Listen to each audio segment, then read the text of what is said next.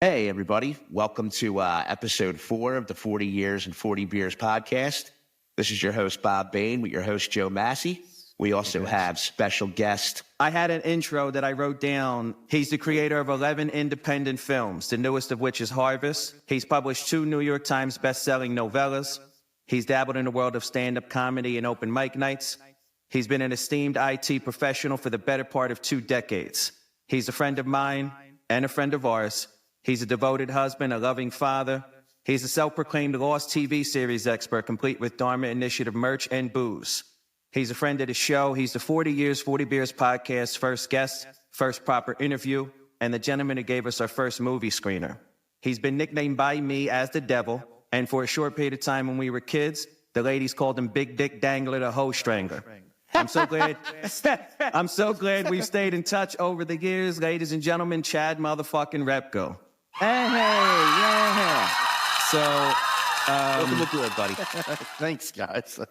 that Great was intro. Great intro. Yeah. So, dog. First of all, what is Gonzo? I know I've asked you this a long time ago, but I forget. Gonzo. So actually, it's funny you mentioned that because it's actually the 20-year anniversary. So, have you ever seen the movie Fear and Loathing in Las Vegas? Yes. So that was based on a real person. So Johnny Depp actually plays a person named Hunter S. Thompson. Hunter S. Thompson is a writer. He did a lot of sports writing, but he also did a lot of political writing. He did writing for Rolling Stone. There were actually a few movies. Bill Murray plays him in another movie called Where the Buffalo Roam. He was a nut job. He reinvented journalism. So he invented something called Gonzo journalism, which essentially was he wouldn't just tell the story of, what happened. He would become part of it. He was he would immerse himself into that. He would culture. immerse himself into it, and he was a ridiculous druggie. I mean, when you look at like his daily use of drugs was insane. He followed the Hells Angels for a year. He followed Richard Nixon for a year. He was crazy, but also his writing was amazing. He's one of the greatest writers ever. And actually, 20 years ago, yesterday, he blew his head off because he was kind of older and definitely not in good health. But his writing is amazing. I've always loved it. So I sort of, I don't know, became a super fan of it. Was he like undercover Donnie Brasco in these different worlds as he was writing about them, or was it known that he was going to? It was known. Infiltrate the thing. Yeah, he got kicked out of the Democratic National Conventions a few times. He wasn't there to write about the shadiness that was going. Like he was there, and he was up front with them, like with the Hells Angels. He said, I'm here to learn about you. I'm here to learn about who you are, and that's what he wrote about. Yeah, that's what I'm saying. He was up front, like he let you know out of the gate he was going to be a part of this for a while. He couldn't hide it. I mean, he used to everybody knew who he was. People would do pilgrimages. There's actually a really good documentary about people doing pilgrimages to his home in Colorado because he was that crazy. Like, I'm trying to think, Jack Nicholson, John Belushi. No, they would just go and hang out with him and become his friend because he would take him shooting. They would do a ton of drugs together. He was just rad of a guy. He was the guy. I mean, he was the most probably well-known journalist, author of the time. Yeah, he was. But his writing itself was so funny and so. If you ever get a chance, obviously not right now, but go back. He has a whole thing when 9/11 happened because he was actually writing for ESPN when 9/11 happened, and his writing on 9/11 is like some of the barest, coolest things ever. Dog, I have a 9/11 lost story that involves you. That's a great segue for when we get to that point of the conversation. Really? Yeah. No. So on during that? No, it wasn't on yet. No. I don't know. I don't think so. But I have a way to tie it all together. In any event, Gonzo was the name of the journalism.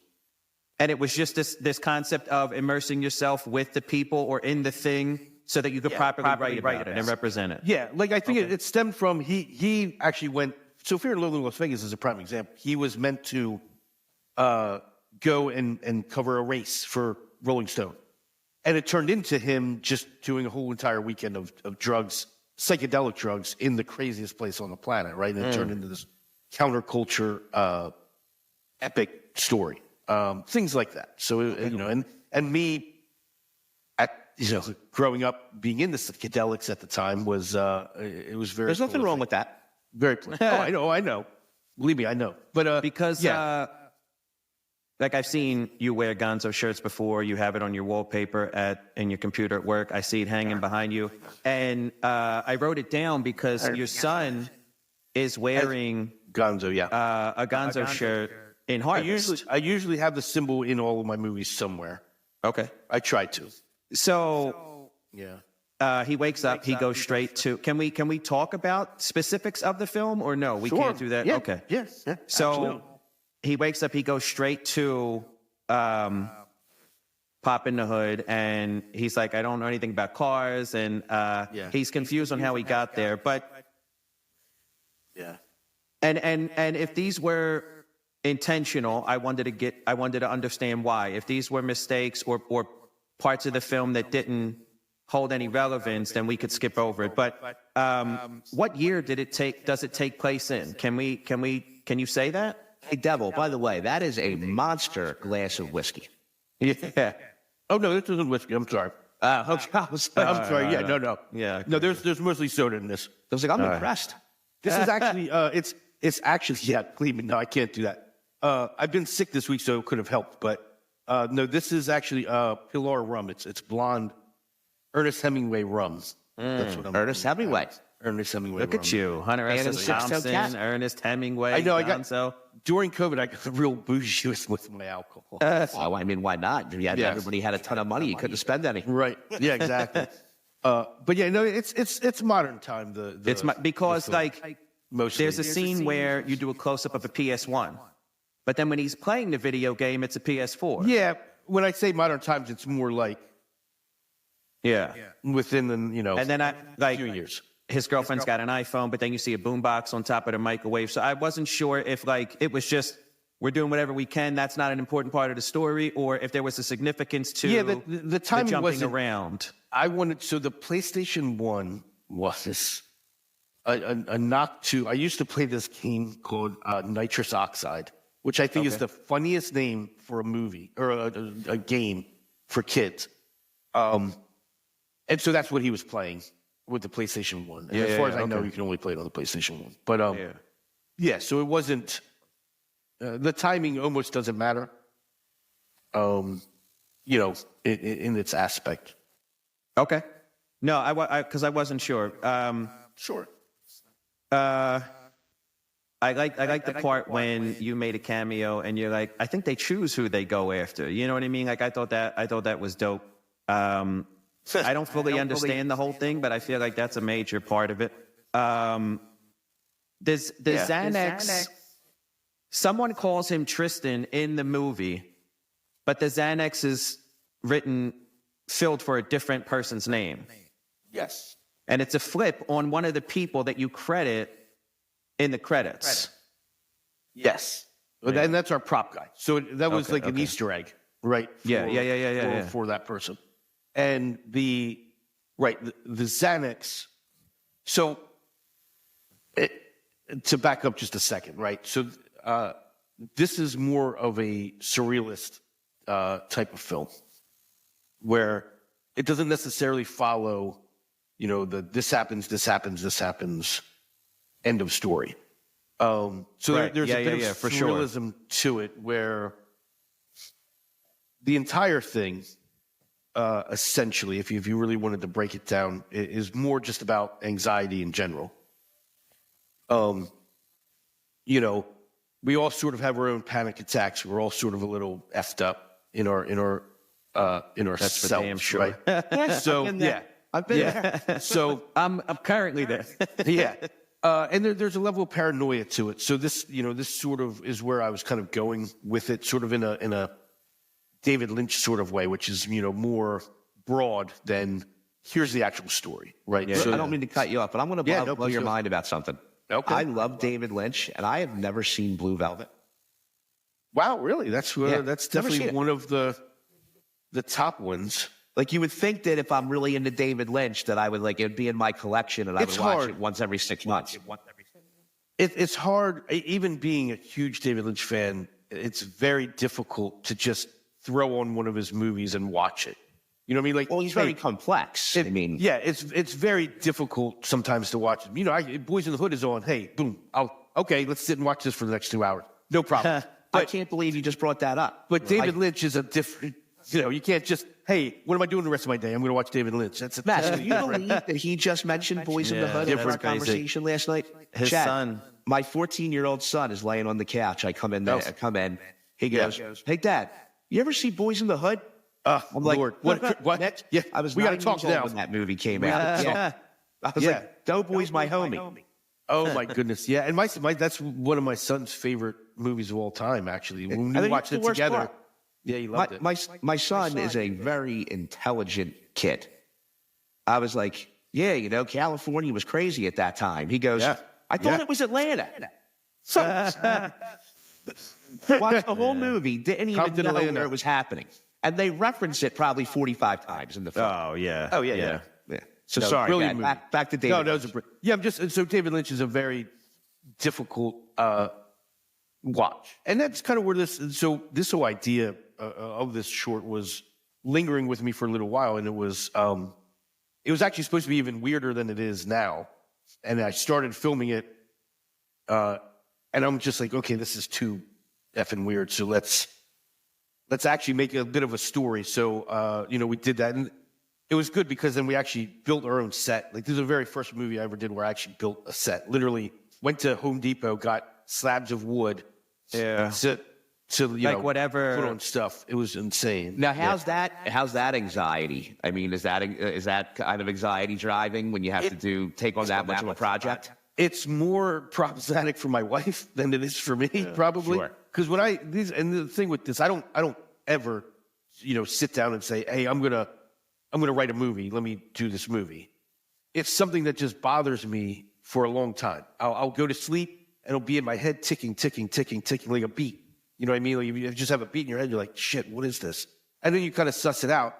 Once you commit to actually doing it, that's a whole different thing. You know, I don't like you do music, right? Yeah. People. So if once you have that in your head and you commit to actually doing it, then it's a whole different level of focus. And, you know, and my wife, luckily, is open. She's like, you gotta fucking go do this and stop driving yourself crazy. Like, just here. Right. Let's make this.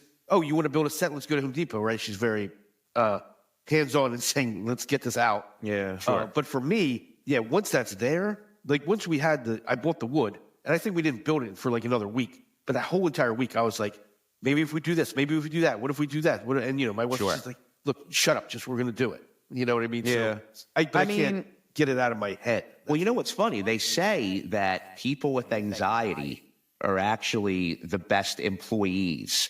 They're usually very goal oriented. I could see that. Yes, they can be a little nuts and all over the place. Sure. But they're never complacent. You know what I mean? Like, they're always kind of on the go. And most there's no relax. Most jobs now are all over the place. You're not just responsible for one thing. You're doing a million things, answering a million emails, a million chat messages. So, like, you do have to have a little bit of that, like, you know, insanity. OCD and anxiety and all over the place. Yeah. The motivation to write lyrics is different from the motivation to record them, is different from the motivation to master the finished project. It's even different from the motivation to create the album cover. So I get that. Sure. And but there is a balance between, like, I'll never be motivated again, and I just have to get something on the page as well, right? So, like, there's a little bit of a struggle there. But you talk about the story. So, like, I was wondering, grandfather, father, brother, someone's dying. That's his father. His father. Right. Okay. So his father's dying. I wasn't sure if he was, and I don't know that we should really get an answer. I don't want to ruin that part of it, but I wasn't sure if he was imagining that as part of his trip, or if that's what set him off on the whole situation and needed the Xanax in the first place. I think it's a combination of both, or either one, right? It's really kind of up to you. Like, so all of us, right. In general, part of our anxiety definitely stems from the fact that, hey, we're almost done here. Yeah. Hey, like, it's halftime, dog. It's halftime. We're getting to the pointy end of this whole entire experience, right? Yeah. And, you know, there's a gasp there for it. And that's part of it. That's why everything is the way it is, because, we're creating religions, we're creating politics, we're doing all this stuff for that exact reason, to somehow stop that inevitable thing. Or make yourself feel more comfortable while it's happening. Right. Well, while it's going through. Which is never going to happen. I mean, let's be honest with ourselves. It is what it is. Even though we all know that, we never want to stop trying. That's the issue. No, people, and it's all, in this particular film, and again, either successfully or unsuccessfully, I don't know if I did, but, I wanted to at least show everybody has that exact same thing, right? Everybody has, look, you're going to know someone that's going to die, and eventually you're going to die. And also, you're going to have relationships, either with a girlfriend or with whatever. You're also going to feel, and this is, obviously there's a big alien aspect to this film, but to yourself, at some point, maybe lots of times, you're going to feel like an alien. Yeah. Even amongst other humans, you're going to be like, shit, I'm the fucking alien in this story. And that, that definitely could cause some weird psychological. That's what I issues felt. with you. I felt like the alien was a metaphor. It wasn't an actual alien coming down from outer space. Right. Sure. When he's on the phone with the doctor and he's like, it's just, I'm just not right. Like, it's not working. Like, we've all had that conversation with our doctor or our wife or somebody. Yeah. That's my favorite like, scene too, by the way, because to me, again, you could be a Martin Scorsese fan. I'm assuming you are. Yeah. That is my Martin Scorsese shot. I always call, because in his works that people don't know most of, like Mean Streets and After Hours. Mm-hmm. Those just two great films, by the way. I love After Hours. Might be my favorite Martin Scorsese film. I know I've it's never very seen hard, After Hours, but I love Mean Streets. But the shots the shots that he does, these very still or very appropriate Simplistic. shots, simplistic, is unbelievable. Yeah. Unbelievable. Yeah, and he kind of inches the door closed a little bit because he doesn't want his family to hear he's on the phone with the doctor. And then the other scene when he's laying like this, and the girlfriend is like, Tristan, did you hear anything I said about my day at work? And he's like spaced out. Like, that happens to me with my wife and kids too. Yeah, like I thought it was dope. But so at the end, when he's woken up and she says, they're gone, you can get up now. Yeah. This large circle of people, are we saying that that's just a representation of everybody going through something similar that Tristan went through? Yes, I think. Yeah. Let's put it this way, in a weird way, right? If somebody gets abducted by aliens and has this amazing experience, you could pretty much say everybody that you know has been abducted by aliens, right? And that's sort of this. Everybody's going through some of the same. If you're abducted, you're getting probed. You could be. He does get probed. He does get probed in the film. Oh, I know. But I don't think it's the experience that was portrayed in the film. It's more sexy than when it happens in real life. All the great TV series that I feel are great, I came in the middle of. I didn't start watching Sopranos till season 4. I didn't even pick up Breaking Bad until years after it was over. I watched Breaking Bad in 2024. I don't even know when it ended. Can I tell you just something funny about Breaking Bad? God, maybe 2012 now, right? I actually had a very hard time enjoying Breaking Bad. I know people love it, and I know it's great. I think I had the problem that I tried to watch it after Game of Thrones, and it's such a totally different vibe. Correct. Game of Thrones was right on. Like, episode 4, they fucking kill half their people. Like, correct. You never knew what was happening. Ned was nobody was safe. Nobody. It was like, what the fuck's going on? Like, episode 6, some crazy shit's happening. Oh, the Red Wedding, all that stuff. Yeah. Breaking Bad was such a slow burn that it's hard. Like, it was almost like I was watching something with no sound after Game of Thrones. I was like, I couldn't really immerse myself into it. I get it. It's like a kid that has too much sugar trying to go to bed. Yeah. If I may, I agree with you. I think that was the issue, because I saw Breaking Bad probably simultaneously, you know what I mean, with Game of Thrones. Right, And I understand where you're coming from, because Game of Thrones is such an edge of your seat every episode, right? and it's just 1,000 miles per hour. Yeah, but loved it. Right? really though, you can't So is separate Breaking them. Bad. If you really look at it, like, I judge TV shows by their opening scenes, right? And when I put Breaking Bad on for the first time, and the friggin' RV comes over the hill and lands in the sand, and Walter White runs out in his tidy, I'm like, you know what? I'm going to keep my eye on this show. I'm going to keep watching this. I knew 5 minutes in. Now, I can't quite place that's what made me wait a decade after it was over to start watching it, because I didn't like that opening scene. But that's interesting. I did like the opening scene. There was something about it. I don't know if maybe Walter White just wasn't. But what are you I don't saying? know, You doing can't it for enjoy a me? glass of water after Fruit Punch because it's the stark contrast? Like, that doesn't make... You created Harvest, and your brain can't switch itself from Game of Thrones to Breaking Bad? Literally, and I even told my wife this as we were watching it.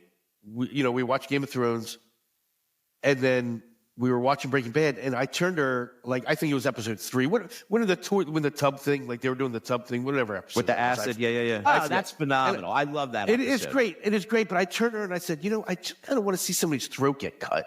Yeah. Like, Pull somebody I don't know. pull out a sword. Why don't you? I just want to see like some.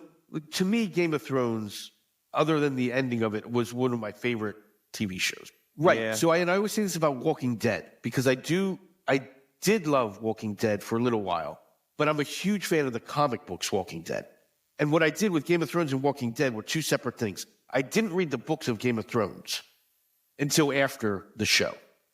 Okay. But I read Walking Dead before that show even aired. It'll ruin your experience. And it ruins Yeah, because for sure. I'll tell you what, if Walking Dead was on HBO, man, because there's stuff that happened in the comic books, believe me, that they couldn't show. I loved it on AMC. I watched all the spin-offs. I liked it. No, I mean, I enjoyed it. It just wasn't As enjoyable because it could didn't have live been up to the written word.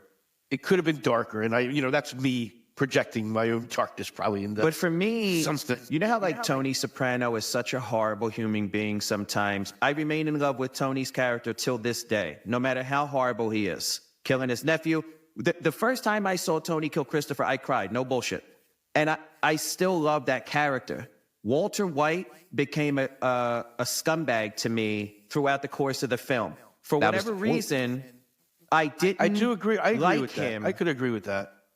At I the see what you're end. saying. And you hear him say it. What's the actor's name? Bryan Cranston says there is no Walter White without Tony Soprano. So to some degree, one was modeled after the other, at least in the way the actor portrayed it. And by the end of Breaking Bad, I couldn't stand Walter. I love Tony 20 I'll years tell you later. why. I'm going to tell you why. I don't know about, maybe not Walter White, because I'll be honest, I couldn't from what, but with Tony Soprano, James Gandolfini did, if you go back and watch, too, because I actually just did a rewatch. I rewatch it once just a year. A little while. Yeah. There's something that he does as an actor, and it's so brilliant. And this is why you love him. No matter how shitty he gets, no matter what the hell he does, cheats on his wife, he's a terrible human being. Murders people. There are moments where he is so quiet and so somber, knowing how bad he is. Very self-reflective. Very you can see it in his eyes when he's, when Carmela or whatever, leaves the room after they're done arguing, you can just see there's these moments of silence where he is so reflective and shit, this isn't really what I want, but regretful. And it is brilliant. It's one of the greatest. What's funny? That he does. That's really He's interesting phenomenal. to me because so you're basically saying that Tony does have empathy and has feelings, correct? Is that your point, basically? Yeah. So sure, it's he has funny no you say choice, this though. because if you remember, the whole argument between Melfi and her ex-husband was that he is a sociopath and therapy will never work, right? And I always at the end thought, you know what? They're correct, actually. He was always playing a game with her. But if you're saying he had the ability to show empathy and thought about his actions, then he can't be a sociopath. No, I think it's in between. He only could show empathy to himself. So he was extremely narcissistic. Well, what I mean by that is You have to be a mafia boss. You have to be. He knew everything that he was doing was wrong. Everything. He knew it. Because it affected his mom, it affected everything. But he would only say it to himself. It's almost like a Catholic confession, right? He's not going to go out and say, I'm doing all this wrong stuff, or let me fix this or that, whatever, to my children, to my wife, to my cousins, everybody around me.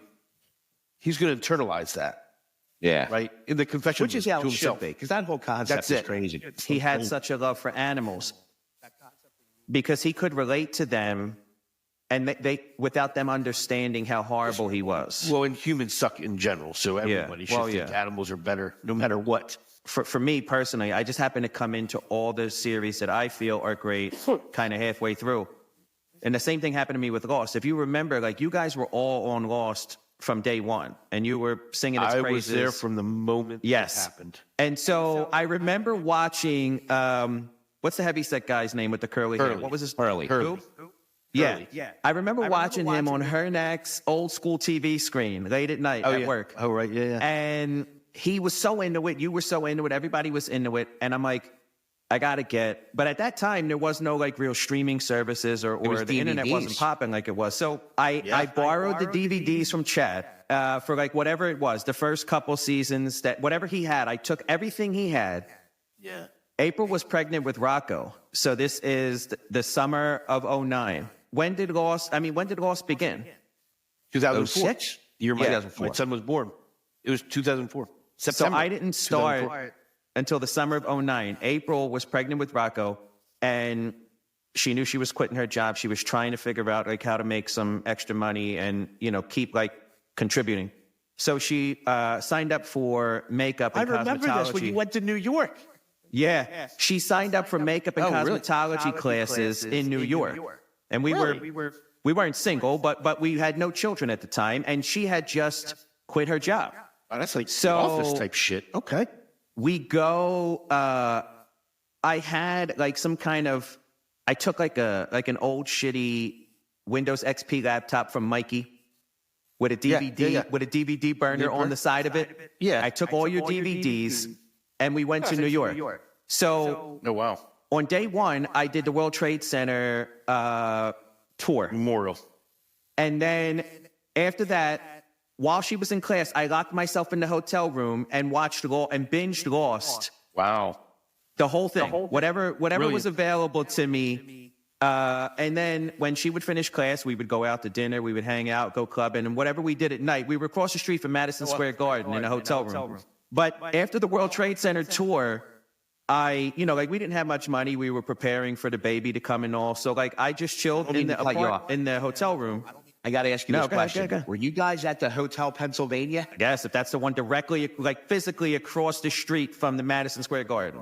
It's like the oldest hotel in New York or something? It was an old school hotel, yeah, probably. Yeah, well, I stayed there. I don't remember the name of the hotel, but that's how I got started on Lost. But that tour was dope because survivors were giving the tours at that point in time. This was 2009. Oh, my God. I filmed it. All of them? Jesus Christ. I filmed it. Wow. I filmed the entire thing. I uploaded it to YouTube, and now I can't find it. I will eventually find it one day. But survivors were giving the tour. So I paid for the tour. I'm in with a large group of people. There's survivors giving everybody's tour. So she's telling us, I'm an immigrant. My husband's an immigrant. The mentality of ours was, always put your best foot forward. You know, you always see older men in three-piece suits, no matter what they're doing. The immigrant mentality of always putting your best foot forward. And she said, my husband was big on that. This lady, the survivors, telling us this at the tour. And we're walking around and I'm filming it with an old school JVC camcorder or whatever. And she's saying he would always complain to her that she would wear sneakers with her dress, wear her business suit into the office. And he was saying wear high heels. You gotta fully dress the part. You don't want to give them any opportunity to think you're less than. So yeah. The day of the plane, the day that the planes crashed, she wore high heels for the first time. Now she's got to run down 26 flights of stairs with fucking high heels on. Oh my God. The first day she ever wore high heels, the plane flew into the towers. Oh. So I know what my next movie's going to be. She's I ditched. Crazy that you were given a tour by one of the survivors. This is insane to me. Yeah, that's all they did was survivors. How were were you not bawling? How were you not bawling your eyes out? We were all crying. We were all crying. Unbelievable. I can't wait to find. I might have to just sit down and comb through because as a first-time father, and especially I'm like a photo head, there's so many pictures and videos that I have uploaded to my private YouTube. I must not have named it properly. And then there's Google Photos versus YouTube. I'm having trouble finding the video, but in any event, I remember it like it was yesterday. We were all crying. So she says, like, I ditched the high heels. I'm running down the steps. She's like, smoke was everywhere. It was black. She was like, there was nothing but black in front of us, as if like all the lights were off. They make it to the I think it was the Verrazano Bridge. They make it to the Verrazano Bridge on foot. She's in a dress with no shoes. She says her whole face is covered in soot, like it was I'm sure. makeup or a film. She said there were people on the bridge handing out paper towels just so they could wipe their eyes like this and get to the other side of the bridge and just look back and watch this whole thing. She's like, and then like, you know, I had no way to get in touch with my husband. She didn't see her husband for like 2 or 3 days by the time she gets back to the house. Because like you couldn't just hop in a cab. Everybody was trying to do that. You know what I'm saying? Sure. But like her story was so amazing. And like we get into New York. We check into the hotel. April goes down. The classes were in the hotel lobby. April goes down to the lobby. I walk straight to the Trade Center and pay for the tour. And then this is like, I'm 3 hours after leaving Springfield, and we're here. And I'm like, this is so bananas. I wish I could find a video. I filmed her entire speech from start to finish.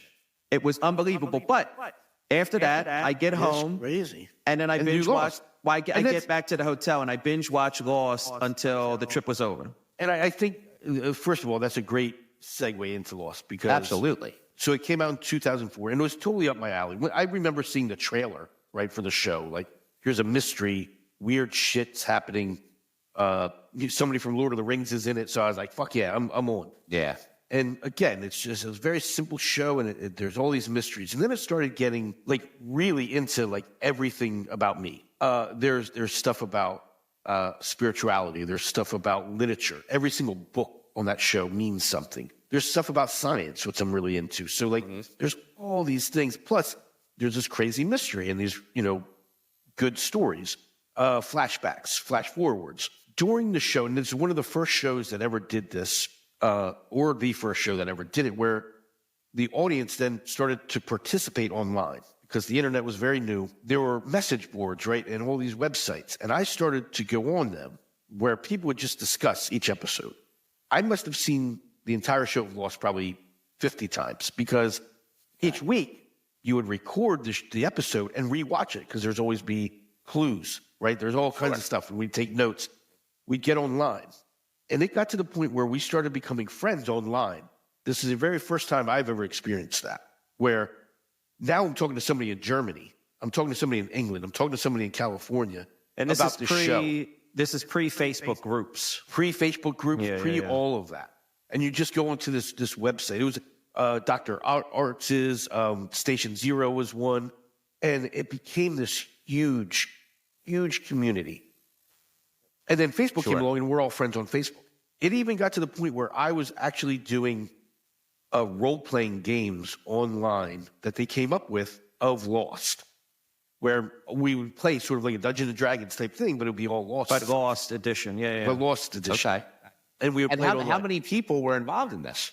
Oh my God! Like the game's probably 30 or 40, but the online community was ridiculous. But was it like hugely ridiculous? Chad made this move, and then hours later, everybody would read that, and then somebody else would make a move. Yeah. It wasn't live in real time, right? It happened quickly, right? Like you would say what you're doing, you know, on these boards, and it would happen pretty quickly. Well, you've seen it. I'd be sitting in my apartment, so I'm watching Lost during that. So again, it was when my son was born. During the time of Lost, I got divorced, right? So like there was a total separate. So I had a complete change of life, and I mean a complete change of life. So Lost also helped, you know, because that was something I would always watch, always be into.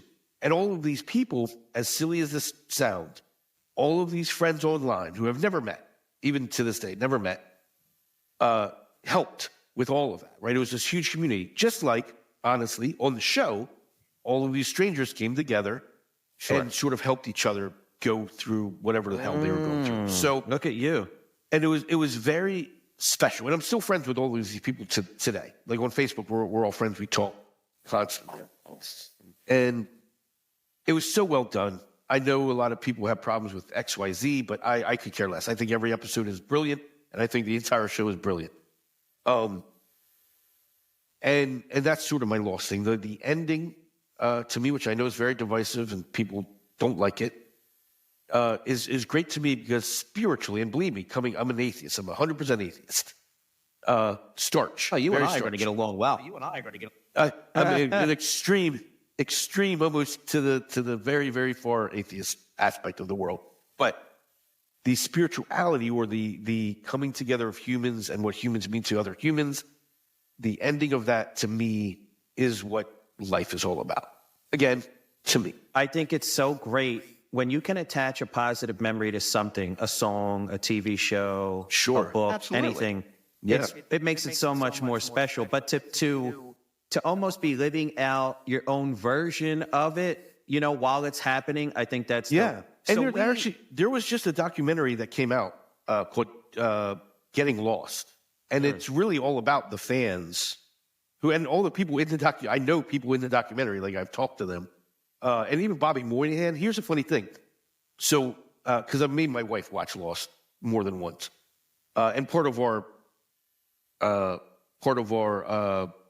wedding vows were things about Lost, right? Being a constant and all that stuff. The Desmond Penny stuff. And in this documentary, Bobby Moynihan from SNL, he's apparently a huge Lost fan as well. He did the same thing. He's saying, oh, yeah, I'm doing the Penny Desmond conversation in our wedding. And I'm like, shit, I never had any idea that I have so much in common with Bobby Moynihan from SNL. Mm-hmm. So it's strange. It's a strange community of fans. I would say that. I wouldn't say they're strange. I think that's awesome. Oh, yeah. No, I love it. I think it's great. I cry. You want to talk about fucking tears? Anytime I watch the ending of Lost, forget about it. Forget about it. Really? Now I have to be honest. I might have to go back and start it. My niece, Amanda, just finished Lost for the first time, but she's younger than we are. I have never rewatched it since it originally aired. I started with your DVDs, then I caught up. I watched the finale in real time, live. Yeah. And then that was it. I've never gone back and watched a blessed episode since. To me, it's, again, I think you're changing my mind, but up until this point in time, I didn't feel like it was rewatchable. Really? Although I rewatched The stuff. Sopranos once a year since 1999.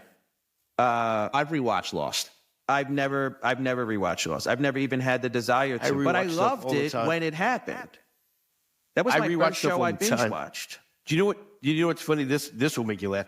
Me and my wife actually just rewatched Dynasty, the 1980s. I've been Dynasty. watching I've been reading the original 1980s. I thought Dynasty. you We were watched the stroking entire us ninth all season.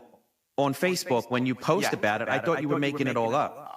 Wow. Effing believable! What a fantastic show that was. Ridiculous in every aspect. How was Joni looking? How was Joan Collins looking then? Good. In the 80s? I'm telling you what. There's a lot of goodness in there. Dog, you got to go on his Facebook Crazy page. show. He Yeah, I was like- break down all the He was breaking down every episode or every season after they watched it. I thought he was just making it up. It's the most ridiculous stories you've ever heard of. Oh, I'm sure. With the It's music nuts. at the end for the commercial, and dun dun dun. With the, Oh my goodness, it was ridiculous, but it was so enjoyable. It was so enjoyable to so rewatch. now, so since we're Rewatch talking Lost, about for crying out Lost, loud. What do I you wait need you to settle some disagreements between Massey and I. All right. So Massey and I were comparing From and Lost, obviously. They were not dead the whole producer. time. So that wasn't what Massey's argument was. There's a few different things. Okay. So we're going to go in order. All right. So think that's Massey what you're sees saying. similarities. We agree there are some similarities. There are, sure. But one thing about Lost, right, is in comparison to From is 1,000,000% completely supernatural. Do you agree? I think it would have to be. I don't think we have proof of that yet. It's not over. You can't say that for sure. Yeah, it's my time, Your Honor. It's my There's got to time. be some sort of portal. There's got to be some sort of portal. Okay, or something. So, oh my Buzzword portal. All right, buzzword portal hashtag. All right, so There's something going on. So when me and Massey had this argument, I said, besides the smoke an monster argument. It's a in discussion.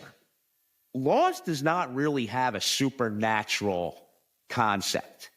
And I'm calling bullshit There on are it 100%. there are some minute tendencies. You know, there's the good versus evil. There's Jacob the Man in Black. Yes, there's a little bit of polar bears. They're not there's a little bit of supernatural. They're more, I feel, energy from the earth. But there's a opposed to supernatural being element supernatural. on the island, keeping them alive for X I think number of years. there's an Old Testament feel to it, right? Yes. I don't know. Again, This like is even my- in the Marvel movie Thor, he kind of mentions that, you know, what you guys call supernatural and spiritual is just science you haven't figured out yet. And in a way, Lost is sort of the mixture between that, right? You know, we're talking. So again, not to get metaphysical in any sort of way, we're talking about different polar things. Like what they did in Lost, what the Dharma Initiative technically was trying to do was harness this electromagnetic fields of the Earth, which we do have actually in the Earth. And if we really did try to do that, is there any kind of spiritual side to it? Maybe not. Or is it just scientific? We don't really know.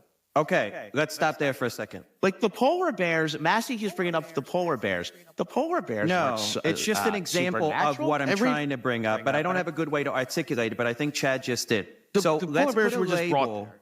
Let's put a label on what you just said. Okay. So this idea that the Dharma Initiative was intentionally trying to manifest this thing. There may or may not have been spiritual component to it. There may or may not have been a scientific piece to it that we was just didn't scientific. understand. It was 100% scientific. What are we calling that? That phenomenon, that activity? Pseudoscience. Okay. You know, there's Pseudoscience, yeah. sort of, The like the X-Files. the pseudoscience element to Lost was extremely important throughout the entire series. One might argue it was the common thread that kept it all together. And all I'm saying is there is also a pseudoscientific element to From that is the glue. You can't deny that. I don't think From is pseudoscientific. I think From is straight up supernatural demons. But we have no elements proof in of that play yet. Well, that the are problem is they haven't revealed to the Exactly. That's why it's I love interesting From. to theorize now because we don't know for sure. Here's my problem with From, and I love the show. I watch. You know, there's no way I'm going to miss it or No, not. we all love it. Stop Yeah, watching. yeah, for But sure. My problem is they don't. They move too forward with new questions before really answering old ones. Yeah. It bothers me. So if we took them side by side, Lost at the end of season 1 was like, holy shit, here's a hatch. What's in this hatch? Yep, We don't agreed. know. Season And then 2, they spent the whole second season 2, yeah. here's the fucking hatch, and here's what's in the hatch. They answer the question. They add other mysteries into that, but here's your answer. We're going into what, season 4? I Season think 4, yes. at the end of season 3, for Christ's sakes, now they're saying, oh, I was the guy, you know, at the other end of the microphone when you were talking at the end of season 1. It took too long. You think it's too long of a transition? It took too long. Now, it's not their fault because they only have 10 episodes. Lost had 24. So I get it. They're rushing through things. But you're not like, so in Lost, if somebody died, you cared about them. I didn't at any point, I don't think, cared about anybody who died in You From. don't on, have let me mark time. this. To You don't form have a bond time with to the characters, Right. You don't really get that You time. didn't feel the slightest bit upset when Jim got whacked at the end of season 3? No, I didn't actually. I didn't. I did. Because Jim finally He's a bought in. douchebag. He finally bought in. I know, but he was He's a too. douchebag, but I had a soft spot for him. I'm not going to lie. Yeah, about that. I don't know. It was just. I feel like it's moving too quick.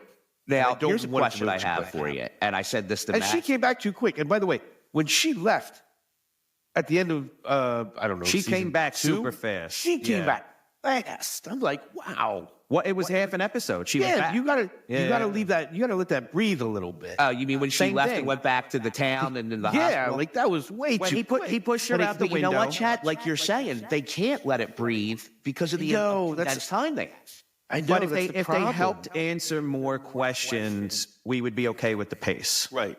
That's what we're saying. Like, okay, there's no electricity, but there is electricity. What? Okay.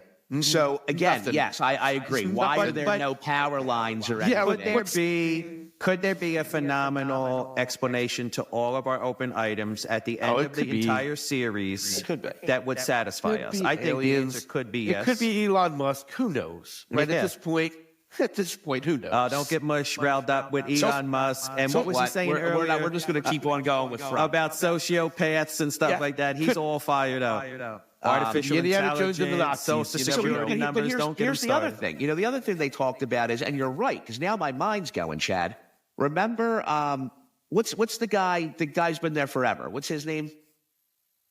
The older guy who kind of acts. He was a kid. Victor, boys. His name is Victor. Any of the stuff that I do, I have zero talent in anything I do, writing or filmmaking or any comedy. Zero what? Talent. I have zero talent. Here's my only talent. My only talent is I don't give a fuck and I would just do whatever. So yeah, I have zero filter. I have zero. My son knows all the drugs I've done, all the craziness and stupid whatevers. I don't hide. How do you not, as a father, how do you not glorify it to the point where he follows in your footsteps? Like what? Like as far as like past drug use and things of that nature? Yeah. Can I actually answer this question? I mean, not to that, but no, how I talk to my kids, to be honest. So I've actually had this conversation with Nick. Like, I don't get into my past, but we talk about, for example, I talk about marijuana being different from everything else, right? And the reason I say that is I'll say to him, I'll be like, dude, listen, I don't want you smoking pot, but if you do, whatever. I was like, don't ever take a pill. Don't ever do this. Don't ever somebody says it's an aspirin from somebody. And it's because I truly believe if you say to your kids all drugs are bad, right? They're going to smoke pot. And they're going to go, oh, my God, I didn't die from this. If they lied to me about this, they lied about everything else. Well, before you got back, he's saying he was transparent with his son and told him everything. And I'm saying that's also difficult. No, I mean, don't get me wrong. I didn't just sit him down and say, hey, listen, I used to do ecstasy and Special K and blah, blah, blah, and all this stuff, night after night. But it comes up in conversations, right? He hangs out with me and my friends and whatever. It happens. But if you really look at your children, you can tell. My son isn't going to follow me at all. He isn't. I'm not like this great father where he's like, oh, shit, I got to be like him. He's his own dude, and he'll tell me straight up, you're being an idiot. Stop doing whatever you're doing. So he's on his own thing. I don't think he would do, and also I don't think the opportunities. It's a totally different world that our children are living in than I was in the '90s doing all the shit that I did. Totally different. Well, they're not interested in it. Doing stuff that we'll never even know. Which I'm over the moon about the fact that they're not interested in it. That's a blessing. But they're going to have their own, their own things. Yeah. Again, we won't even understand it. For sure. But like with my brother and I don't think my past was crazy at all, but just enough like it could have been crazy if I didn't curb myself night after night and keep an eye on making sure I didn't go over the edge. Some people don't have the ability to keep an eye on themselves that way. I have quite a few friends that didn't make it out of that. So I can't say why I did. So do we, I'll share with you guys. Maybe I didn't. I also had, I'm not the greatest, I don't have all the greatest moments, you know what I'm saying? So I think... Listen, I'll share with you guys right now. I mean, my brother, God bless him, he's 50... How old is he? I'm 43, so he's 55. 54? He's in rehab right now for 90 days. Probably 25-year addiction, maybe even longer. At least 5 years to methamphetamine that I know about. And you know what? He's just one of those people, has an extremely addictive personality to everything. And frankly, it's a disease, right? So... He's getting out of rehab He's going to get into sober living. I mean, this is the first time I'm not kidding. I mean, God, 25 years he's probably going to be. But my question is, And he's been sober now for like 90 days in the rehab. He was in jail for 7 months. So he's going on like 10 months sober, which is the longest it's been in 25 years. Sure. My question is, I realize it's extremely difficult to prevent it, which is the challenge for parents. But is it a disease if they never put any drugs into their system? So I believe that there is genetics involved.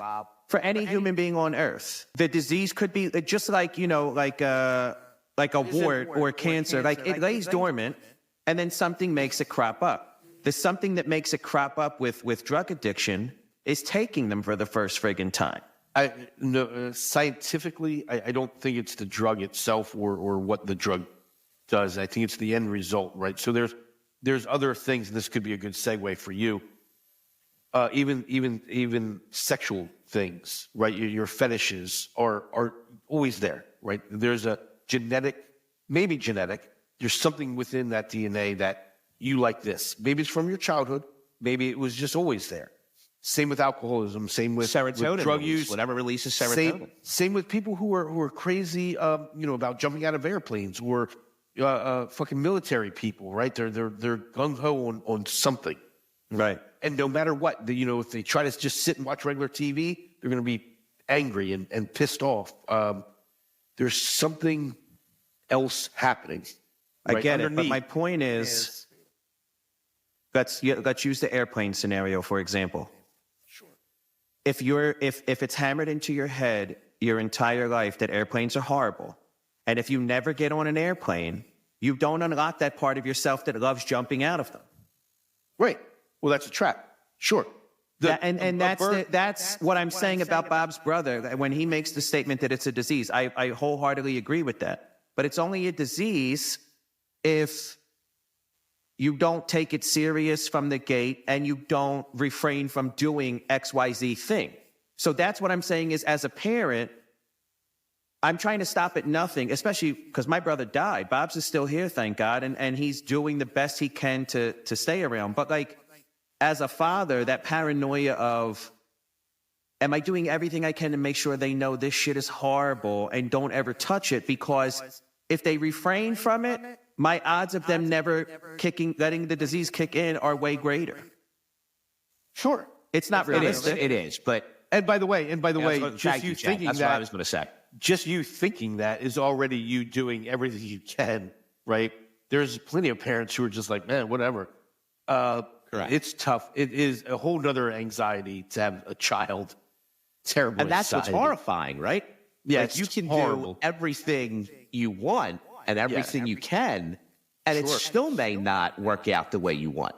Yeah, I think to Chad's point, listen, I'm on medication for anxiety. Frankly, it was the greatest thing I ever did in my life.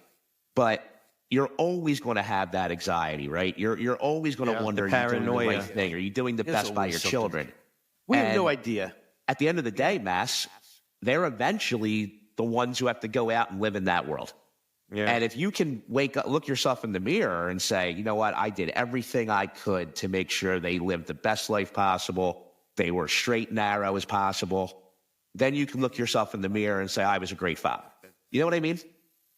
Whatever else happens, happens. Yeah, I'm going to tell you what. I'm going to tell you what. This is the real key. No matter what you do now, all you're doing from jump till they're, I don't know, 18, maybe 20, whatever. You're planting seeds. That's it. Plant those seeds that you're planting. It isn't going to work out how you think it's going to work out. They're going to live their own life. But at some point, those seeds will take fruit. And even if they do mess up, even if one of your children does, do LSD, which sometimes is a good thing, but if they you want to be, and here's where our roles really come in as parents. You want to be the house or the lighthouse that boat can come into if they're in troubled waters. I like that analogy. That's it. We can tell them, hey, sail this way. They're not going to sail that way. If they sail into those troubled waters, our only job as parents is to be that lighthouse and say, hey, you're in trouble, bro. Come on in.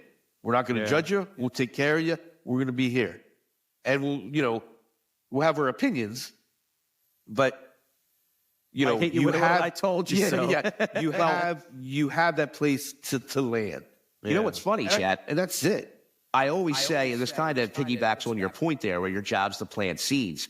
I always say, and this is horrifying to some parents, but for me, it helps me kind of guide my children to be better people, right? To go and pursue all of their goals. From the day your children are born, your job as a parent is to prepare them to leave you. Yeah. That's your job. Get the fuck out. Right? I mean, in all seriousness, I just want the old one to be able to watch the young one. Is there really? We're not going to be here. What is your job? That's the most simplest form if you really break it down. Sure. Yeah. I your get job it. is to prepare them to leave you. Yeah. And actually, so my son just actually left. Horrifying. My son actually just left the house. He moved back in with his mother. But it is sort of still like him going out on his own. Yeah. Which is good. You know, I'm still like, I'm not. My Uncle Dave, so goes. you guys are empty nesters at this point? Yeah, we are. His My friend Uncle was Dave says empty his friend nesting was is the best thing ever. And I got the Toy Too Far T-shirt on from the chest. That is that's a great shirt. From the chest to the, this is vintage, dog. I might be one of like 3 people walking around with this. And look at all the film festivals it was in. I don't know if you can see the. Didn't I? It was on I Amazon Prime. Did I help you make that image or no? Yes. Actually, yeah. You did help make that image. Yeah. You were supposed to be in the 4th one, but that never happened. Dog, I'll be a great. No, the script was written. There was a script written where the Nerf Wars. What? Yeah, it was Nerf. It was Nerf Wars. I was supposed to be a Joey was supposed to be a mafia. You know, Tony Soprano that they would have to meet. They got too old though. They couldn't. Joey Goomba. They're like 20 years old now, so Little Detectives doesn't work. But the script was written. It was a very. Have you ever thought about rebooting it as like College Detectives or something like that? I thought of it. It's hard. I'll tell you what about doing short films, especially at my age. Because it's a young person's game, right? You have all your friends. But how awesome is it as a movie director to put your child in a starring role? Yeah, I love it. And so this next month we're actually going to Ocean City, Maryland Film Festival, which is one of the best film festivals in the country. Really? And yeah, it's amazing. When is it? The whole March 7th. We've been going. So my family is from Ocean City, Maryland. So I go down there. I grew down there as a kid all the time. My family's still down there. I take my wife down there. There was a film fest that started a few years ago, and our very first Little Detectives got into it, and we go down, and it was a very successful film fest. And then the very next year, we had our second one go down, and my son, so he's in it, and he doesn't know, what's going on. He's young at the time. Yeah, he's young, making him do films, whatever. And we go down, and as we're there for like the opening, some people come up to my son and like start hounding him. They're like, "Hey, wait a minute, you're from Little Detectives." And it was like this weird, like famous moment for him, and he had no idea how to react. He was like, "What?" And I'm like, "How do these people even know who the fuck we are?" And they were there last year, so they remembered. And so each year we went down. We've been there. This will be our 4th time there with this film. With Harvest. With Harvest. And it's such a great time. And they put on an amazing festival. It's like the whole city. The whole city it goes for it. It's crazy. So hopefully we'll have some more success there. Okay. That's it. So I've known you since 06. Almost 20 years, and I never knew this about you. Like, I remember... Which is weird, because I'm very open about it. I don't... Right. I do want to start it with one disclaimer. I am an extremely open-minded individual. Sure. Okay. I am horrified about where this is about to go. Very interesting. Horrified in a good way. I don't even know if it's that interesting, but so start from the beginning with the raves and the Dungeon Club. Okay, so was Did the rave just become boring after? Okay, so give us the whole. no. We have a half hour. Give us the whole detail. I'll give you the whole from thing. the rave. Like, where were the raves? And at this point in time, hold on. At this point in time, I'm going to bookmark this clip. I'm going to post a picture of me and Chad in the graduation photo. We look like two completely different people. We both had a full head of hair. Yeah, It was all black hair. By the way, I'm only this big because I quit smoking cigarettes. So this is the result. No, you of look that. good. You look good. God bless you. They say you get healthy, but you really don't. Okay, so You started out in raves. in the mid '90s, my psychedelic worlds came to go to raves, which were underground dance clubs in Philadelphia. Like literally clubs, after midnight that were shut down that you go to. Can you drop some street addresses and names of Were they these like in establishments? warehouses or actual clubs? There were some were warehouses, some were clubs after hours. But there were warehouses where they had to do like literally generators and. Were you going to whatever. Space? Was that one of the places you were going to? Space? No, I went to Club Fever. Okay. And Club 1415. 1415. Oh, 1415. Our buddy, staple there. our buddy Vinny, the one he's going to camping with on the weekend of he went March to 8th. 1415? His father was the head bouncer there. Oh, really? Vince. Yeah. Vince. No shit. Yeah. Oh, wow. Yeah. There were a few other ones that I can't fully. Wait, Fever 1415 was the a rave? I felt like we had hip-hop after there. hours. After hours. Oh, after hours. Okay. So okay. raves would always have, some of the electronic stuff, but then also there was hip hop rooms. Funny story, actually, in Club Fever at the hip hop room, I swear to God, I danced with Pink. Pink used to go to Fever. Yeah, she's from Doylestown. I swear to God, I danced with her there. That's awesome. And I can't confirm it, and I don't really know because I was jacked up. But anyway, so that was my life for a Her certain name was time. Alicia. That's all I know. Yeah. For a certain time in the 90s, that's what we do. And here's again, I'm not condoning this behavior in any way, but here was the thing that we did. On Tuesday night, you would go, 11 o'clock, you'd reach Philadelphia.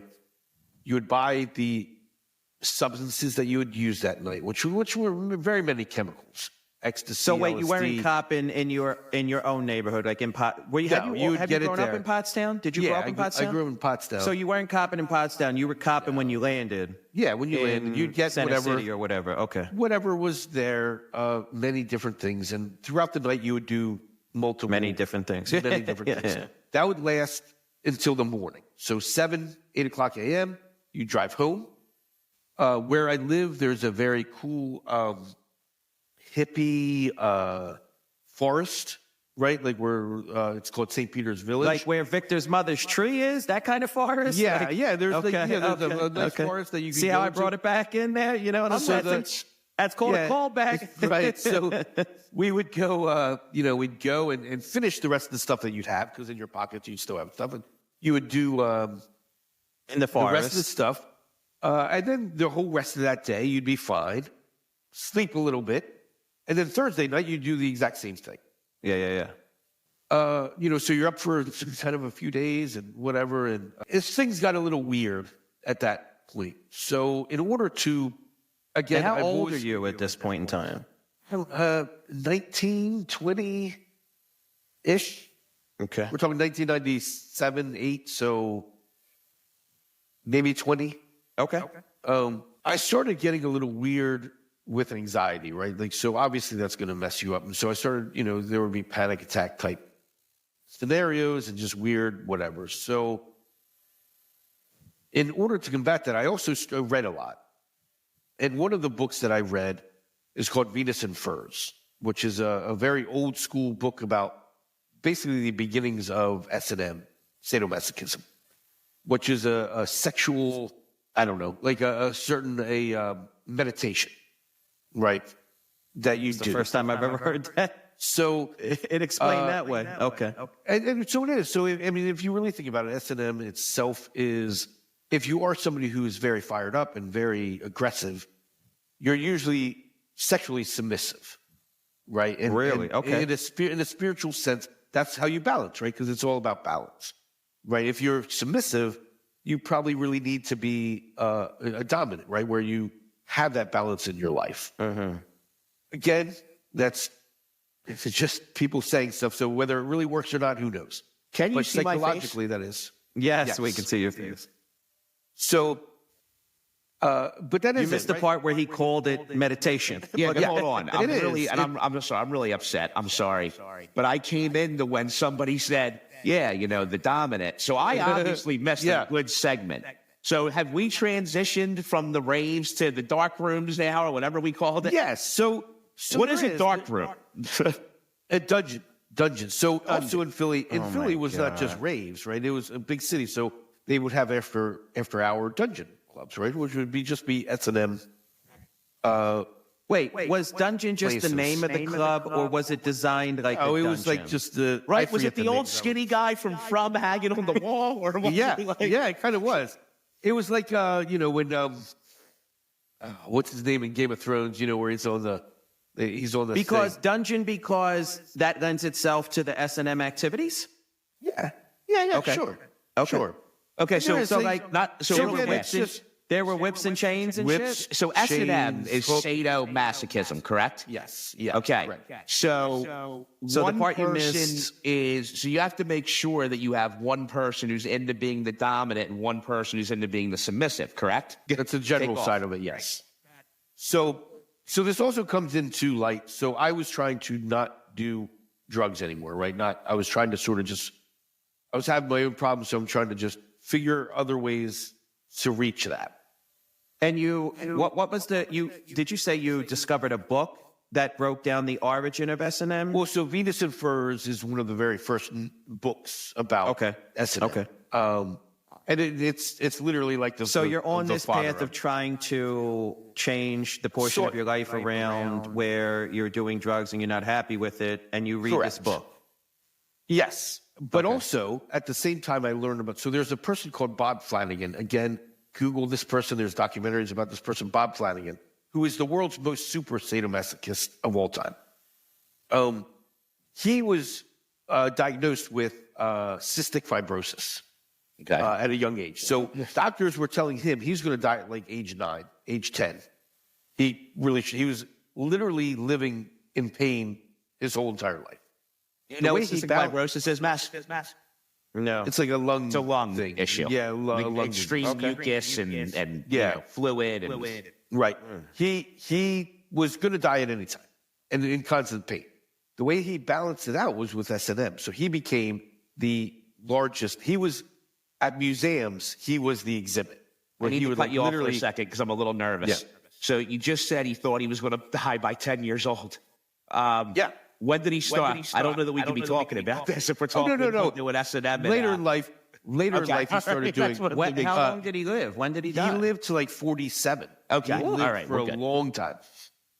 I want to stay out of prison. But he was the exhibit, and he would do like crazy things. There's videos of this of him like nailing stuff in his penis. I mean, he was the extreme guy. And I looked at that at the time. I was like, "What the hell is this?" Right? Because I don't know. I don't understand it. And so I did. I started sort of getting into that a little bit. How did that help him combat the pain? And was he a dom or was he a sub? He was the sub. Okay. Mostly. The way it helps with the pain, if I can explain this correctly, is it nullifies things. So I got into it and I started doing my own performance art, which mixed in rave dancing with glow sticks, but then also S&M. So I would play, 9 Inch Nails music or Marilyn Manson music and do this sort of performance. And I started doing it at parties. And for one thing, to shock people With is a amazing. partner or on your own? No, this was completely on my own. Okay, so it's completely Parties solo. like a bunch of people your age from your neighborhood get together at somebody's crib? Okay, yeah, okay. mostly. okay. And then I would just do this. Are you naked during this performance? Yeah. Okay. Yeah. With Completely a nude. mask on, like a a gimp, like nothing like that, or No masks. There were tools. I definitely used tools on my body.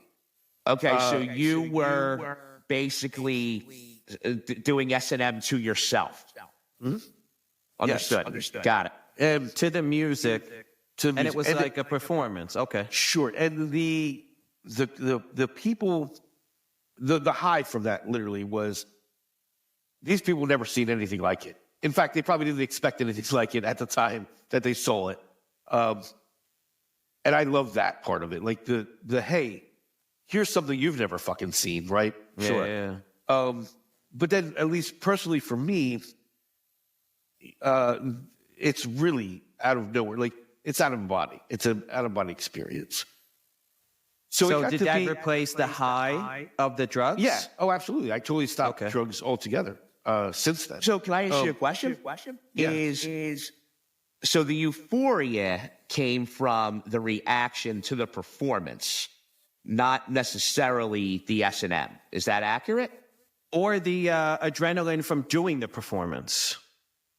I think it was kind of both. It's sort of This is crazy. It's really said not that nuts, actually. Though you were saying What's that that? one of the things is the S&M. It helps with the pain of things, correct? It helped with the guy's pain of it helps balance fibrosis It's balance. Balance. Yeah. Well, the reason I'm asking this question is we can argue. You know how people go into cutting. Sure. Is it kind of the same thing? And that's why I'm wondering, was the euphoria or what helped you, was it the actual self-pain you inflicted on yourself, or was it the euphoria from the reaction? Chad, hey, listen, thank you for joining us. I really appreciate it. I can't wait until episode 7 when I come back. Yeah, it was certainly great to meet you. Dog. You know, I hope you and I can definitely talk off a line, off of the pod. I really, I think you're a great individual. Hit me up. One thing I do want to say is, hey, listen, shout out to Bubba Baseball this week. Great youth travel baseball organization that does great things for the kids of Ridley. It's one thing I'm going to try to do every week is wear different gear from different youth organizations and give them a shout out. All right. That's awesome. Hey, thanks, guys. That's great. All right. Thanks, Beautiful. Bob. We'll talk to you later. Beautiful. A little bit of both, you're saying. It's a little bit of... You want to... So here's my thing. You want to... I've always thought, and again, maybe this is a narcissist or your own thing. I've grown up feeling I have a pretty good handle on certain things, right? In a Buddhist way, right? Like, we should be fired up about this. We should probably be fired up about this, right? We should pay more attention. It's mind-boggling that people were so crazy and upset about sex stuff, but like murder and everything is great, right? Like, think about if you're watching a Netflix show and it's about sex and you're like, most people are, oh my God, that's wrong.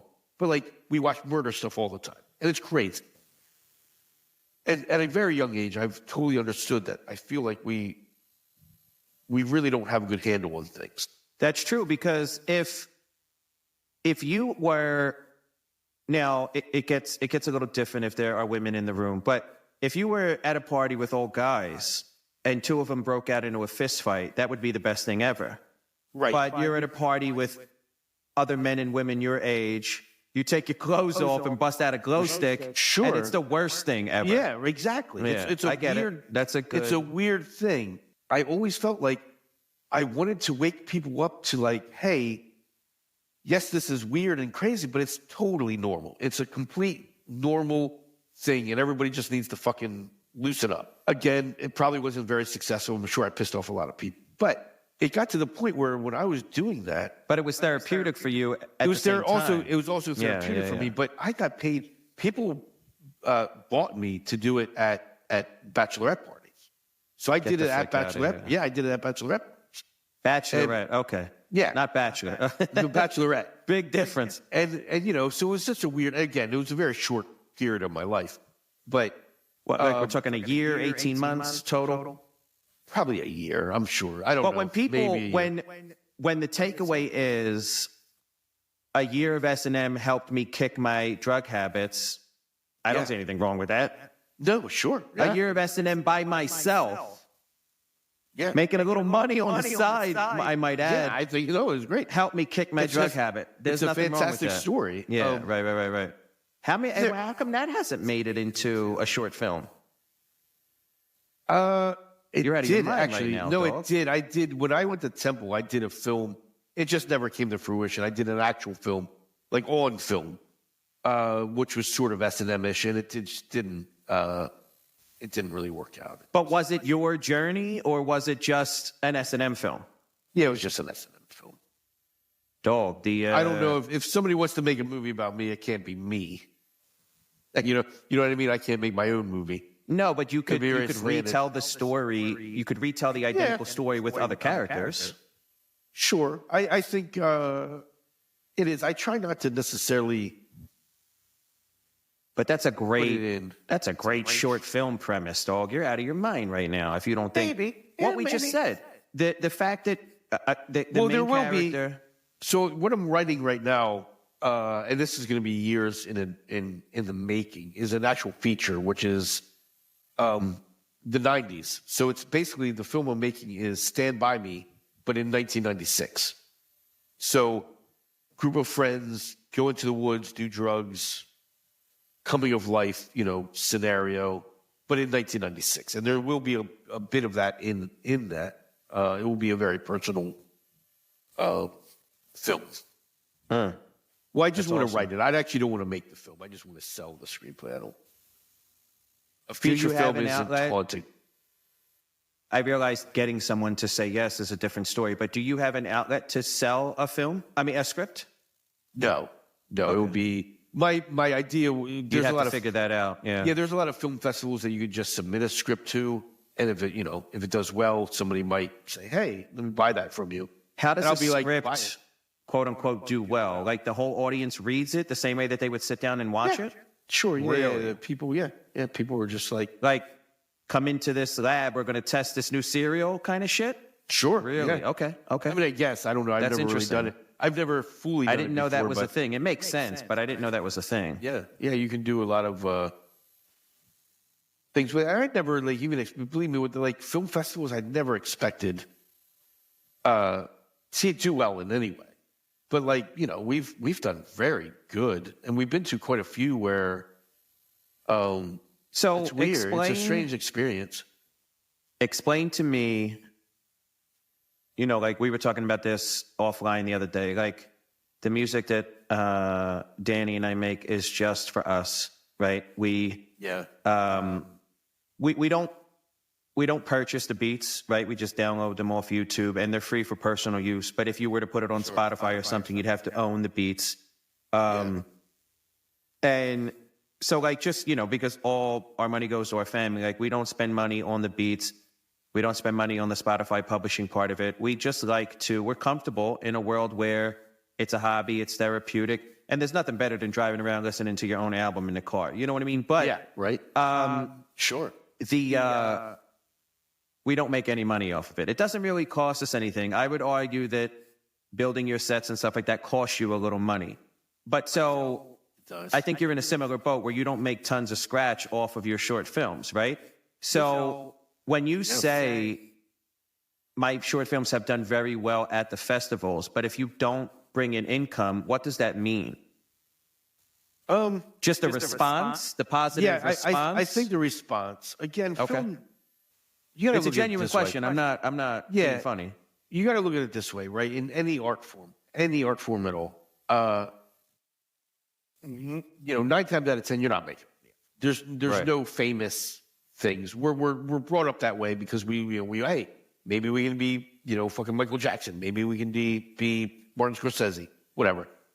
Super luck that they got to do what they did. Yeah. And make money, and people with money throw shit around. But real art, though, the actual art, has nothing to do with that whatsoever. And, when you go somewhere in anything that I've ever done, whether it be, comedy or writing or film, or you with music, right? The only thing that matters ever is that reaction. So if I have a film that plays, so I'll recently we were at a film festival, the Skate or Die Film Festival, and, you see the reaction to the film, and you talk about it afterwards, and people talk to you afterwards. That's all that matters. Yeah.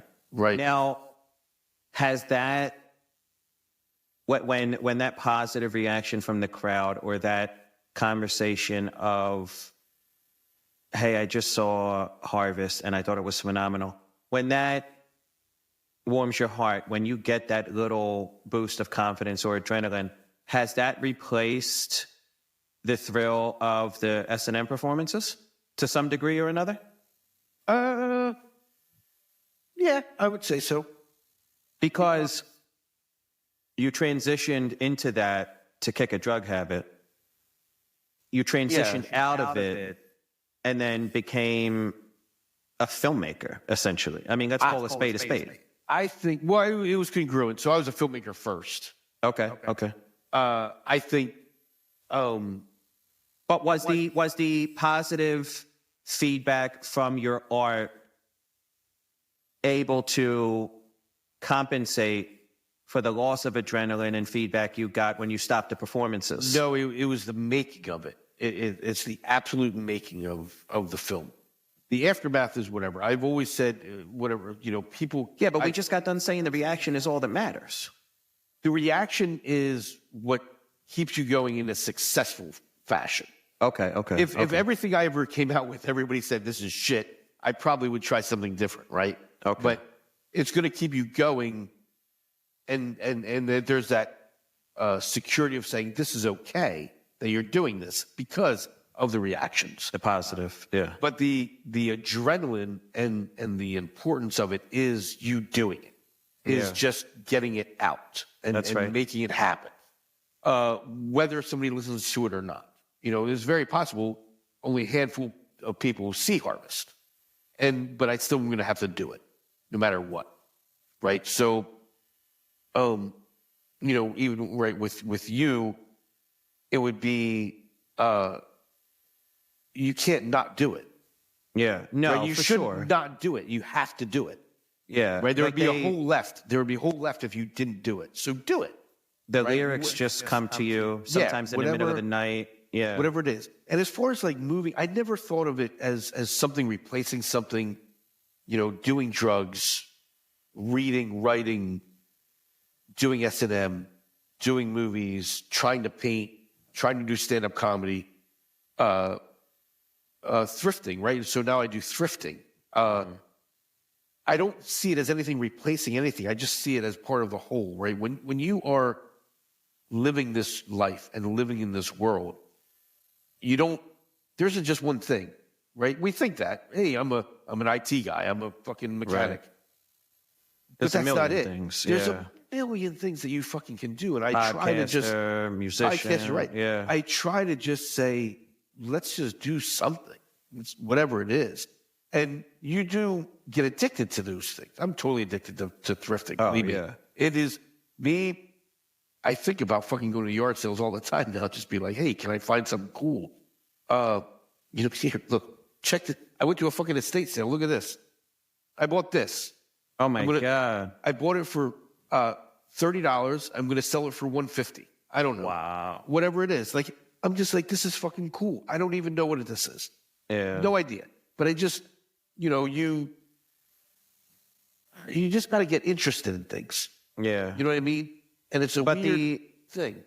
Constantly keep creating, constantly keep doing something, constantly keep thinking, moving, spinning those wheels, exercising that muscle. That's the point. I get it. That's it. That's all. No matter what it is. Bro, this is the dumbest thing I've ever done in my life. I'm fucking doing this stuff. This is a NASCAR model. I used to do it as a kid because my dad You're putting them together or you're selling them? No, I put it together and you paint it and do all that stuff. Yeah, nice. I don't even like NASCAR. I just love the cars. Like, for whatever reason, I think they're cool cars. Yeah. So I do it, and it's kind of creative and kind of therapeutic. I don't do it as the box. That's the thing. I don't do it as this is. I'm not going to build this car. I'm going to make it different. I got you. But again, it's just something to keeping just keep busy going with something that you enjoy. Yeah. Just keep going. No, we stopped. When our children were born, we stopped making music, and it was a good 15, 20 years. Yep. You got to come back to it. And it's so weird that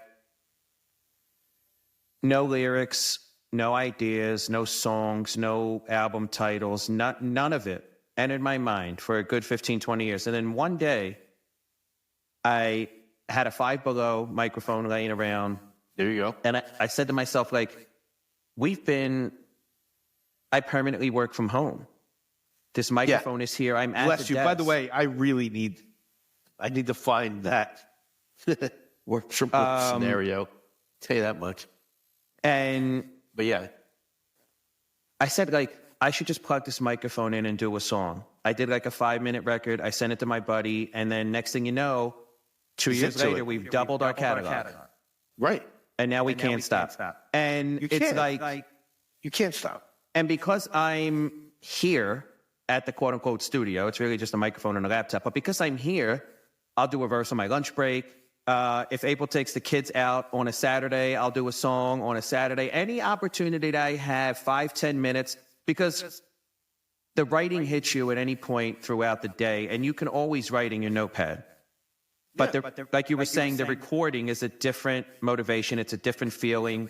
There's a different energy with that. So when I get an opportunity to record, I'll record. And even now, like, I Jones in between the podcasts. It's difficult to fit the editing process into my life with the kids and everything like that. But like, editing is hard. I'm like, why is it 2 a month? Why can't we do them every week? You know what I mean? Like, yeah. This idea to like get out a reel, get out an episode, get out a song, get out an album, get out a joint album, like make a cover. I make covers for songs that don't even ever get recorded or written.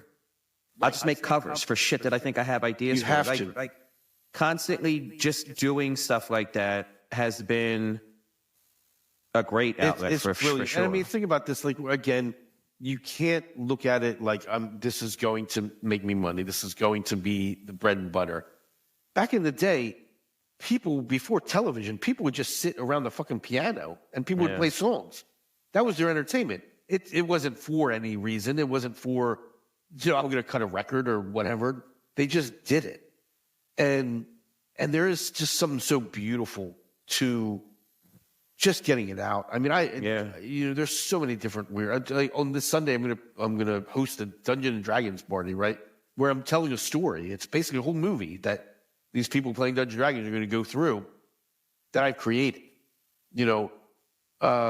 Film, and don't get me wrong, there is always part of me where I'm like, shit, I really need to start making movies because it's been a while since Harvest was actually finished. And I'm thinking, shit, I got this whole really, really, really expensive camera that I bought and really expensive editing equipment. I'm like, well, shit, I probably should start making movies. But it's a good use, yeah. But at the same time, I'm like, it has to just happen. It has to feel right. Like I can't force it. You can't force any of that stuff. And that's the thing. Like for 15, 20 years, that switch was off. And then one day, I like out of nowhere, I made a 5-minute record. And then it turned into like, now we can't stop. Like I work from home. He's off on Wednesdays. On my lunch break, I do a little bit here and there. On the weekends, I do a little bit here and there. He comes over. Wednesdays, my lunch break is dedicated to him. And it's just like whatever. And it's like I'll literally be talking about the craziest shit ever. And then I'll go right into a Zoom meeting with people from Japan. You know what I mean? Like it's nuts. But yeah, you have to. No, yeah, you can't. But I didn't feel like that for the longest time. And now it's like I'm making up for lost time. You know what I mean?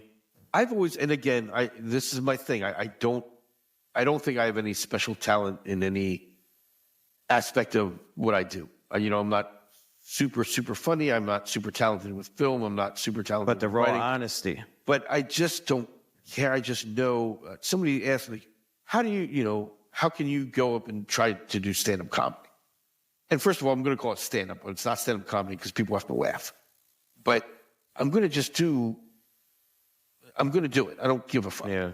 And whether it hits or not, whether it's good or not, I don't know. And I think that's my only real talent is that I don't have that hold backness.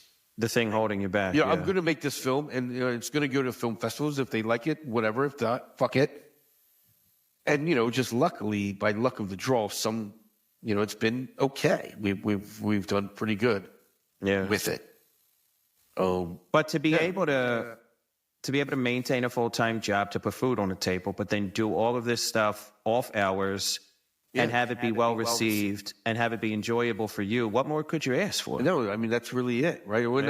Again, back in the day, when I went to film school, because I actually went to school for film, that was the, oh, sure, I'm going to be fucking Quentin Tarantino. I'll be Kevin Smith. I'll be these people. And then, at some point you're like, shit, I also need a house and, Pico bill and whatever. So the fridge broke. Yeah. So then, you go to computer training school and say, shit, maybe I got to figure something else out in life, which is total bullshit, by the way. Also, we live in the capitalist society that ties us to that weirdness. But, you can do that, but then also still be weird and do your own stuff. And I really wish more people would do that rather than. I think the internet and social media and having a 4K camera in your pocket has opened that door up for a lot of people. But I will say there's TikTok stars making way more than I do. Well, but I will say that I'm not alleging that I'm super talented in any way, shape, or form either. But I do feel like some of my stuff is really good. I will say that some of the things you see online, you feel like this motherfucker shouldn't have a camera in his hand. You know what I mean? Yeah. So absolutely. It's opened up that door for everyone on the planet. But at the same time, there's a lot of motherfuckers that shouldn't be walking through that door in the first place. You know what I mean? No, I agree though, bro. And I think the whole 2 hours was awesome. And I definitely think you should keep coming back. Sure. I think it's amazing that you wore the shirt. You found the shirt. I kept it all these years. Yeah. I have to, so that's one I think it's amazing we stayed in touch. I only talked to a handful of you guys still. Dan Brown, you, Dave, and Mike. That's it. I don't talk to anybody. Dan Brown loved the first couple episodes, and I told him you would be on. He's like, I'm intrigued. I haven't talked to Dan Brown in God forever, but I think so part of what I do with these films, right, especially even Little Detectives, is there's so many other people involved. Even little, because you made that logo. I was amazed to see the credits for Harvest. I'm like, where did all these people come from? Oh yeah, there are a ton of people who help, and I love. So there's a local band that's super famous actually. Like they do a lot. They're touring. They like the country called Chestnut Grove, who does the music. With some of the music, some of their songs are in Little Detectives, and actually one of the members was in the second Little Detectives. And the opening scene of Little Detectives, the third one, was done by an animator that I met at Ocean City Film Festival, who does his own animation stuff. So I try to always, like I said, it isn't just me, right? I'm not the talented one. I'm trying to bring all these other things together. But you facilitate, Right, I facilitate into this film. And the shirt, too, I think, because you were the one who actually made the poster, which we have here. And I think to me, that's the amazing part. I love that aspect of it. And Little Detectives. The story. This was a joke. Like, it started off, when I first started, my wife bought me a camera and was like, you need to start making movies again. And, thank God she did that. And I started to make some films. And I had a very serious film. It's on my YouTube channel. It's called A Talk About. Which is like a walkabout, but, about race and race relations and stuff. And it didn't turn out right. But as I was making that, I wanted to just test out the equipment. And I'm like, hey, I love this show, True Detective, with Woody Harrelson and Matthew McConaughey. And I'm like, what if we did True Detectives, but with children? Where they do fun dip, and that's the drugs or whatever. And I got my son and his best friend at the time. And I was just like, here, fuck it, let's do it. And we made it. It actually turned out better than the other film. And I was like, all right, we'll throw them both to film festivals. And that's the one that actually started doing well. So then we did a second one. That started getting to film festivals and winning awards. And then we did the third one, which really got into a lot of film festivals. and then actually got on Amazon Prime. Amazon Prime, yeah. And it was just like crazy because it just started off like, this is just and it snowballs, something dumb that we're gonna do just with family. And then, you know, we were gonna do a fourth one, but like I said, COVID happened, and everybody got older. No, and I loved that scene when you look at the camera, when the guy opens the door in Alone and you look at the camera. That scene is fantastic. You know what I'm Alone. saying? Yeah. I love when you put the bottle down and you look at the door. You know what I mean? Yeah. And you I realize like you're not alone. You know what I'm saying? Like that's dope. And I wanted to do so much. Again, money is everything, right? In that movie, I wanted to have like monsters, and I wanted to try to do like we went on a whole scale of, again, my wife helps out with everything. And I'm like, listen, I need you to find me all the abandoned buildings in the greater area. And we went all over to like all these abandoned places, and there's highways, you know, that are abandoned and whatever. So I always thought that was cool that we, you know, that she helped find all that stuff. And we, Alone was a good one, I thought. I thought Alone was really dope. No, it was awesome. Awesome podcast. I think once we edit it, we covered a lot of ground. I got through my whole list. Oh, wait, did you want us to do the toys first? No, what I was saying is send me a picture, photos. like a couple good, high-quality pictures of the Lost collection, the memorabilia, whatever you have, the Dharma, booze, everything. And I'll flash them up on the screen during our conversation about those topics. Yeah, I'll send some photos. And send me the link for the Alien Egg website. I will. That's a legit thing. I'm not even kidding. That's a real thing. No, I'm going to put that up. All right, Mo, thank you. I appreciate it, cuz. I'll talk to you later, Mo. All right, later. All right, thanks, though.